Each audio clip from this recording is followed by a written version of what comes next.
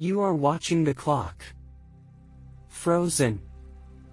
Not because you are lazy, but because you are afraid. Afraid of the outcome. Afraid of failure. Afraid of imperfection.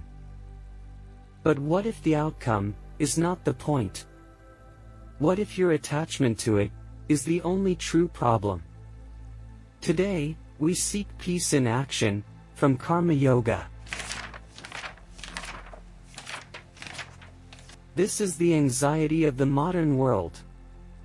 We are taught, from our first day, to focus on the result.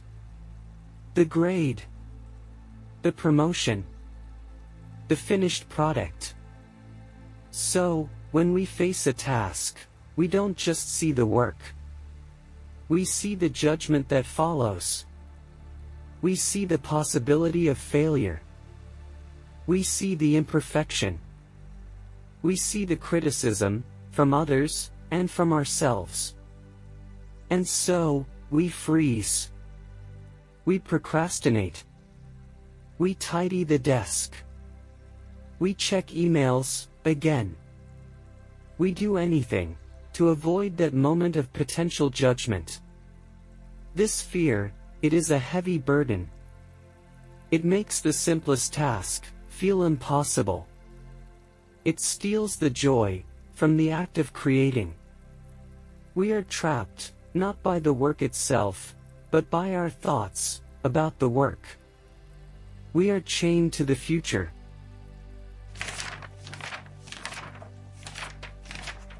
We are chained by our fear of the future.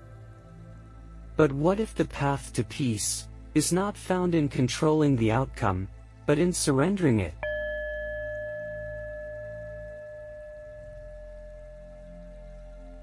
In the ancient texts of the East, specifically the Bhagavad Gita, we find a profound answer. It is called Karma Yoga, the path of action. This philosophy offers a radical shift in perspective. It asks us to focus only on the action itself, and to surrender the outcome. This is the core teaching: you have a right to your actions, but never to your actions' fruits. What does this mean in our modern life? It means your duty is to do the work. Your responsibility is to bring your full presence to the task. To write the email. To paint the canvas. To do the research. You simply perform the action. The result, whether it brings praise or criticism, whether it leads to success or failure, that is not in your control. It belongs to the universe. Procrastination, as we know it, is born from this attachment. We are attached to success. We are terrified of failure. So our mind, paralyzed by this future fear, chooses not to act at all. It is a rebellion, born of attachment. Karma Yoga offers liberation from this paralysis. It invites you to become a craftsman. Think of a master potter. She does not focus on selling the vase. She focuses on the clay. The feel of it. The centering of the wheel.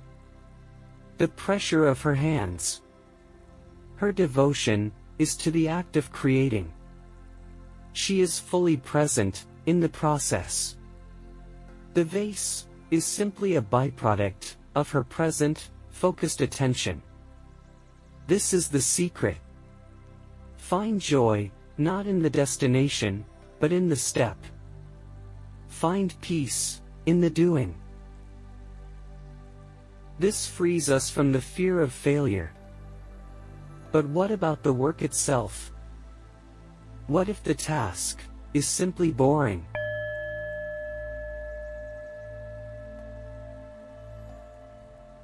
This is the second pillar of Karma Yoga. Many tasks are not exciting. They are mundane. Washing the dishes, filing the report, answering the email. We procrastinate because they feel meaningless. Karma Yoga transforms the mundane into the sacred. It teaches us to perform every action, no matter how small, as an offering. An offering to what? To the universe. To your higher self. To the present moment. The object of devotion is less important than the spirit of devotion. When you do a task as an offering, your mindset shifts. You are no longer just getting it done. You are practicing presence. You are practicing care. This care is a form of self-love. When you act with resentment, you are poisoning your own present moment. You are telling yourself that your life, right now, is not worthy of attention. But when you act with devotion, you are honoring yourself. You are affirming that this simple, present moment is sacred. That you are sacred. Imagine sweeping a floor. You can do it with resentment, rushing, hating every moment. Or, you can do it as a meditation. Feel the handle of the broom. Hear the sound of the bristles. Observe the dust gathering. You bring your full, quiet attention to the act of sweeping. This act becomes a ritual. The task is no longer a barrier to your peace. The task becomes the source of your peace.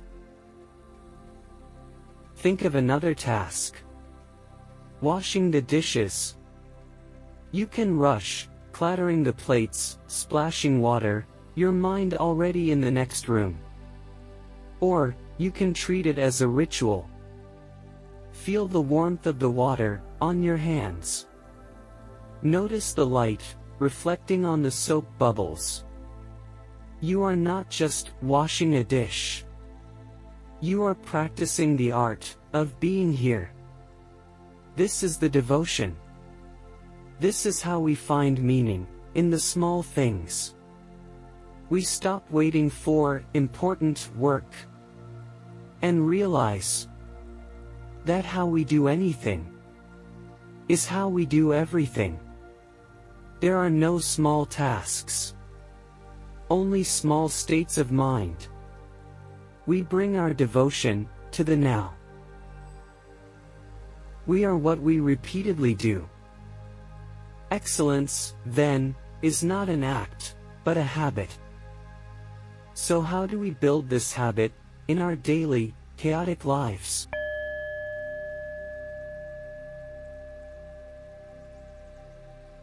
We will reframe our relationship with our tasks. Look at your current to-do list. It is likely a list of outcomes. Finish report. Solve problem. Complete project. Each item is a mountain.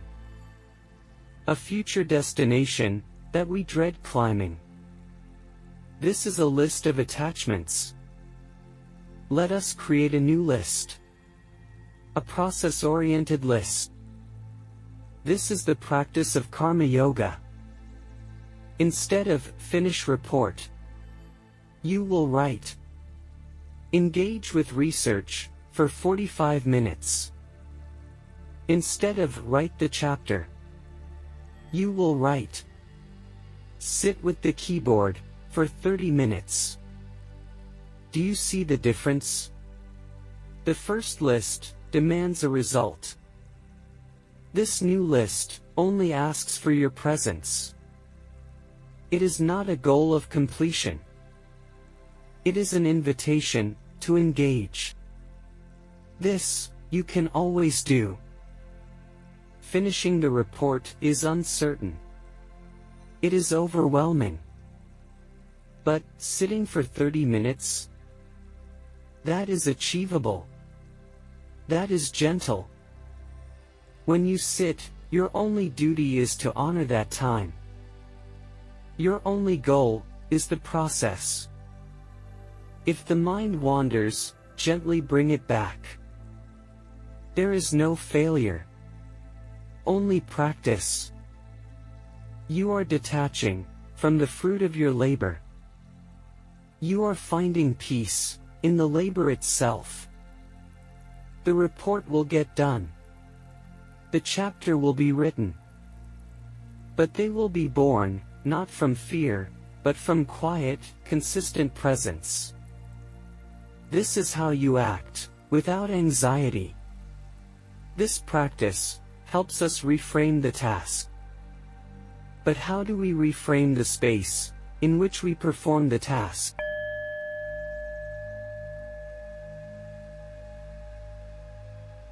This is the practice of action as offering. Our space is often chaotic. Our minds are scattered, pulled in many directions. We cannot find peace in our work if we cannot find peace in our environment. We must create a one-task sanctuary. This is not about a perfect, minimalist desk. It is not about expensive furniture. It is about a mental space. A sacred ritual. Before you begin your process time, take 1 minute. Just 60 seconds. Clear your physical space. Wipe the desk. Close the other tabs. Put your phone in another room. This is not tidying. This is not wasted time.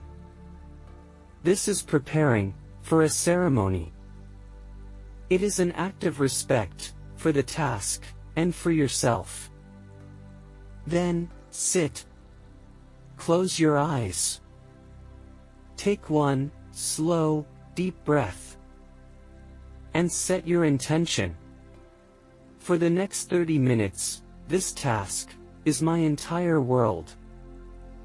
I will give it my full, gentle attention. You are offering your undivided attention. When you check email, your sanctuary is just the email. When you wash the dish, your sanctuary is the water, the soap, the feel of the plate. This practice transforms the mundane. The act of paying attention is the act of devotion. You are honoring the present moment. You are treating your work as if it is sacred. Because, in that moment, it is. This is how you bring profound meaning to simple action. This is how you find stillness in the center of the task. You are not procrastinating, you are inhabiting your life. Before enlightenment, chop wood, carry water. After enlightenment, chop wood, carry water. A famous Zen proverb. We began this journey, frozen by the future. Paralyzed by, what if? What if I fail? What if it isn't perfect? This attachment to the outcome was the root of our suffering. It was the source of our procrastination. But Karma Yoga offers a gentle release. It does not ask us to do more. It asks us to be more in the doing. It teaches us that our right is to the action, not to the fruit of the action. With a process-oriented list, we focus only on the process. With a one-task sanctuary, we turn the mundane into a meditation. We find our peace, not after the work is done, but in the work itself. So, my question for you is gentle. What is one small, mundane task that you will transform into an offering just for today? Share your intention in the quiet space below. This Eastern path teaches the power of surrender. But what if you need the Western path of action? If you missed our exploration of existentialism, Stop Waiting to Live, the existentialist cure for procrastination, please click the link on the screen. Choose the path that serves you now. Thank you for sharing this space. Be present.